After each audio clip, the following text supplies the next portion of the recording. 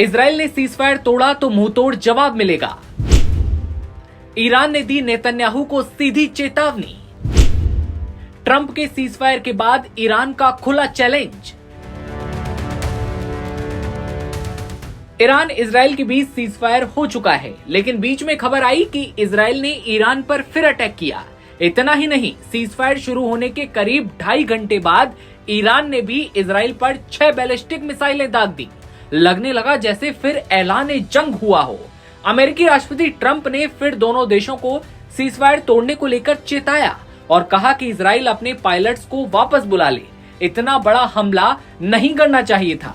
इसके साथ ही अब ईरान ने भी खुली चेतावनी दे दी है। इजराइल ने अगर सीजफायर तोड़ा तो मुंहतोड़ जवाब मिलेगा। नेतन्याहू को ईरान की खुली चेतावनी से ये बात साफ है कि ईरान हार मानने वालों में से नहीं है और वो किसी भी हमले से बिल्कुल नहीं डरता। इसके साथ ही ईरान इजराइल के बीच तनाव के हालात को आइए शुरू से विस्तार से समझते हैं। मिडिल ईस्ट में जंगी सायरन, बंदूकें और बम धमाके कुछ देर के लिए शांत हुए हैं, लेकिन क्या वाकई जंग थमी है या सिर्फ एक नाटक है सीजफायर का? सीजफायर को एक रात भी नहीं बीती थी कि अमेरिका के राष्ट्रपति ट्रंप ने दोनों देशों पर सीधा आरोप लगाया है। कहा है कि तुमने शांति की शपथ तोड़ी है, मतलब सीजफायर का उल्लंघन। ट्रंप ने खासतौर पर इजराइल की आलोचना की है, ये कहते हुए कि उसे संघर्ष विराम के तुरंत बाद इतना बड़ा हमला नहीं करना चाहिए था। अब सवाल ये नहीं है कि सीजफायर हुआ या फिर नहीं, सवाल ये है कि क्या कोई उसे मानने को तैयार भी है। वीडियो में ये भी जानेंगे कि कैसे हुआ सीजफायर, जानेंगे ये भी कि क्या ये खामोशी शांति का पैगाम है या फिर ये सन्नाटा है किसी और बड़ी तबाही का ट्रेलर। नमस्ते, मेरा नाम दिव्यांशु है, आप नवभारत टाइम्स देख रहे हैं।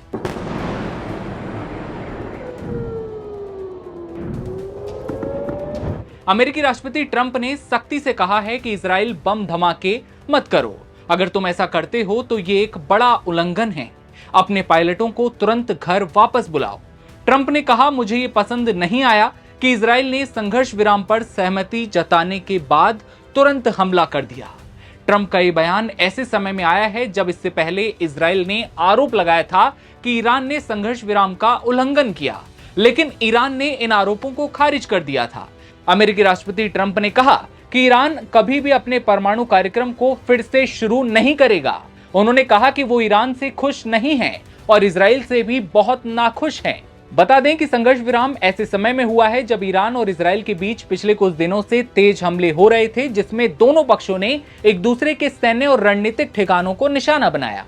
अमेरिका के हालिया बमबारी के हमलों के बाद तनाव और भी ज्यादा बढ़ गया था। अब जबकि संघर्ष विराम लागू हुआ है, इस पर विवाद भी उतना ही तेज है।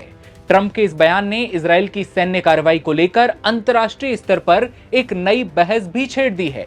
थोड़ा अगर पीछे चलें तो आपको बताएं कि बीते दिन ईरान ने अपने परमाणु ठिकानों पर हुए अमेरिकी हमलों का बदला लेते हुए कतर के साथ साथ अमेरिका के दूसरे एयरबेसों पर जमकर मिसाइल अटैक किए थे। खबर यह भी आई थी कि ईरान के हमलों से कतर में हड़कंप मचा है। हालांकि कतर ने ईरान के हमलों में किसी भी तरह के बहुत बड़े नुकसान से साफ इंकार किया। ईरान की सुप्रीम नेशनल सिक्योरिटी काउंसिल की ओर से जारी एक बयान में कहा गया था, जो तुम पर जिस तरह हमला करे तुम भी उसी पर उसी तरह हमला करो। बयान में कहा गया, इस सफल अभियान में जितनी मिसाइलें इस्तेमाल की गईं, उनकी संख्या अमेरिका की ओर से ईरान के परमाणु ठिकानों पर गिराए गए बमों के बराबर थी, यानी कि हिसाब बराबर। इसके बाद इजराइल ने भी ईरान पर खतरनाक हमला बोल दिया।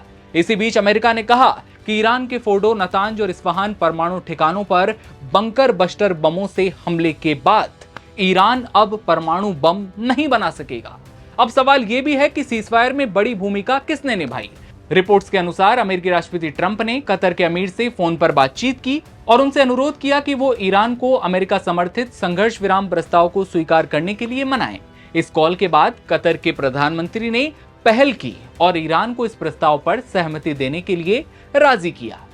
एक अमेरिकी अधिकारी ने मीडिया को बताया कि कतर के अमीर ने ईरान को अमेरिका समर्थित सीजफायर प्रस्ताव पर सहमति दिलाई। ये पहल ट्रंप और कतर के अमीर के बीच बातचीत के बाद हुई। इससे ये बात भी साफ होती है कि क्षेत्र में शांति स्थापित करने में कतर ने एक महत्वपूर्ण मध्यस्थ की भूमिका निभाई। लेकिन अब सवाल वही है, क्या वाकई सीजफायर हो चुका है? क्या अब फिर जंगी सायरनों की आवाज नहीं गूंजेगी? क्या ईरान वाकई पीछे हट चुका है या अंधेरे में पल रही है एक और परमाणु चाल?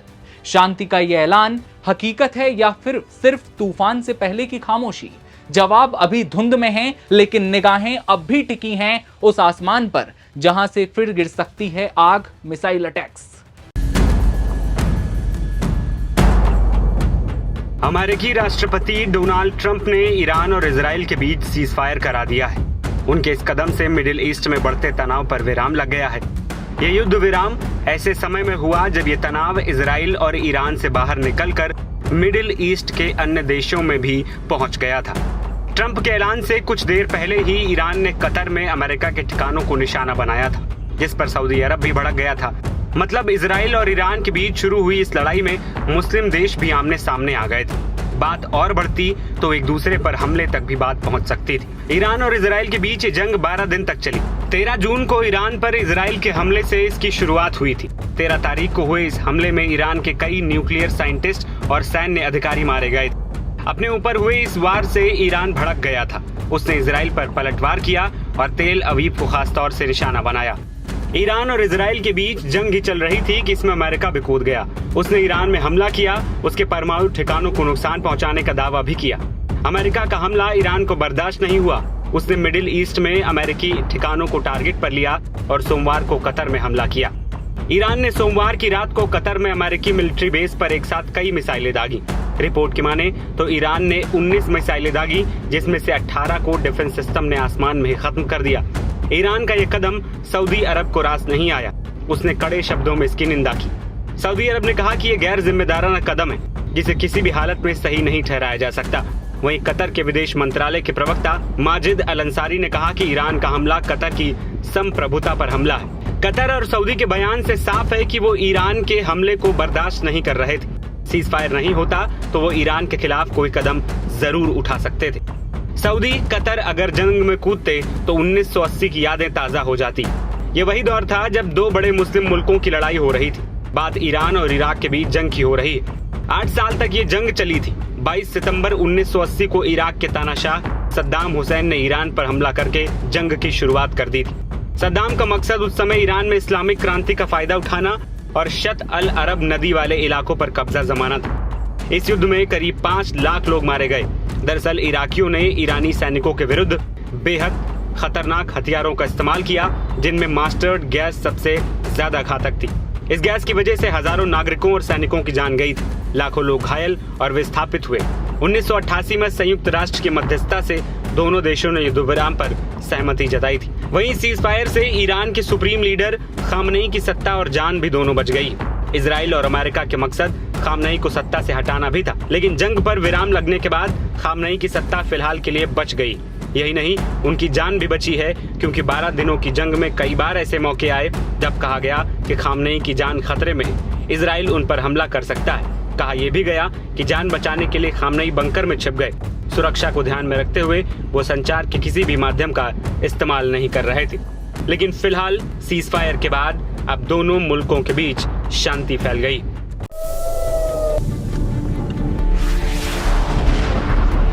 ईरान ने अमेरिका पर बड़ा हमला किया है। कतर और इराक में मौजूद अमेरिकी सैन्य बेस पर ईरान कहर बनकर टूटा। ईरान की कई मिसाइलें कतर में मौजूद यूएस मिलिट्री बेस पर गिरी, जिससे वहां अफरा तफरी मच गई। दोहा में अमेरिकी अड्डे पर ईरान के ऐसे हमले ने सबको चौंका दिया। ईरान ने कतर में अमेरिका के अल उदीद एयरबेस और इराक के अल असद एयरबेस पर कई मिसाइलें दागी। ये दावा भी किया जा रहा है कि ईरानी सेना ने बहरीन में भी अमेरिकी सैन्य ठिकानों पर टारगेट अटैक्स किए।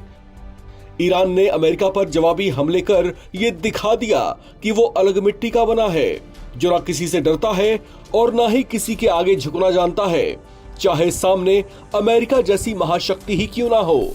ईरान की सेना ने इन जवाबी हमलों को operation good news of victory नाम दिया। ईरानी सेना के चीफ मेजर जनरल अमीर हातामी ने अमेरिका को चेतावनी देते हुए कहा था कि उन्हें कड़ा जवाब देंगे, लिहाजा उन्होंने किया भी वैसा ही। ईरान के इस दिलेरी भरे कदम और साहसिक कदम की चर्चाएं दुनिया भर में शुरू हो चुकी हैं, जिस पर यूएस प्रेसिडेंट डोनाल्ड ट्रंप की ओर से भी प्रतिक्रिया आई। ट्रंप ने ईरान के मिसाइल हमले को बहुत कमजोर बताते हुए मजाक उड़ाया। ट्रंप ने हमले से पहले ईरान की ओर से दी गई चेतावनी के लिए भी उसे व्यंग्यपूर्ण ढंग से धन्यवाद कहा और कहा कि ईरान ने अपने परमाणु साइट्स पर अमेरिकी B-2 स्टील्थ बॉम्बर के हमले का जवाब देने का नाटक किया है। अब डोनाल्ड ट्रंप इसे बेशक ईरान के जवाबी हमले का नाटक बता रहे हों, लेकिन इस फैक्ट को भी वे नकार नहीं सकते कि ईरान की मिसाइलें उनके मिलिट्री बेस पर गिरी और उससे धमाके भी हुए, जिसे अमेरिकी डिफेंस सिस्टम बहुत हद तक फेल नहीं कर पाई।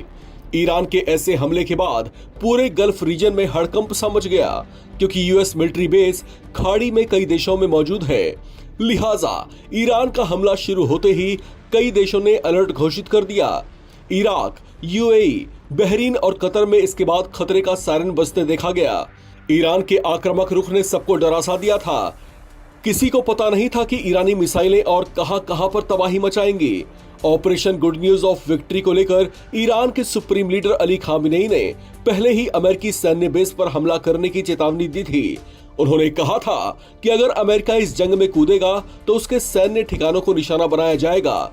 इसी बात का जिक्र डोनाल्ड ट्रंप ने भी अपने बयान में किया है और हमले से पहले चेतावनी देने का मजाक भी उड़ाया। ईरान की ओर से कतर की जमीन पर अमेरिकी सैन्य बेस पर किए गए ऐसे हमले के बाद कतर ने बयान जारी कर कहा कि ईरान की ओर से जो भी हमला किया गया उसे विफल कर दिया गया है। हालांकि मिसाइलों के धमाकों की बात को उसने भी नहीं नकारा। दावे ऐसे भी किए जा रहे हैं कि ईरान के हमले से हड़कंप सा मच गया था, जिसके बाद सऊदी अरब के आसमान में अमेरिका के फाइटर जेट्स को उड़ान भरते देखा गया। इसे ट्रंप बेशक हल्के में दिखाने की कोशिशें कर रहे हैं, लेकिन हकीकत तो ये है कि अमेरिकी सेना इस हमले को गंभीरता से ले रही है और ट्रंप प्रशासन ने इसके बाद सुरक्षा समिति की बैठक भी बुलाई है। ईरान की ओर से जारी बयान में कहा गया है कि अमेरिकी और इजरायली हमलों में हमारे सैकड़ों नागरिक और सैनिक मारे गए हैं, जिसे हम भूलेंगे नहीं और जरूरत पड़ी तो हमारी सेना और कड़ा जवाब देने के लिए भी तैयार बैठी है।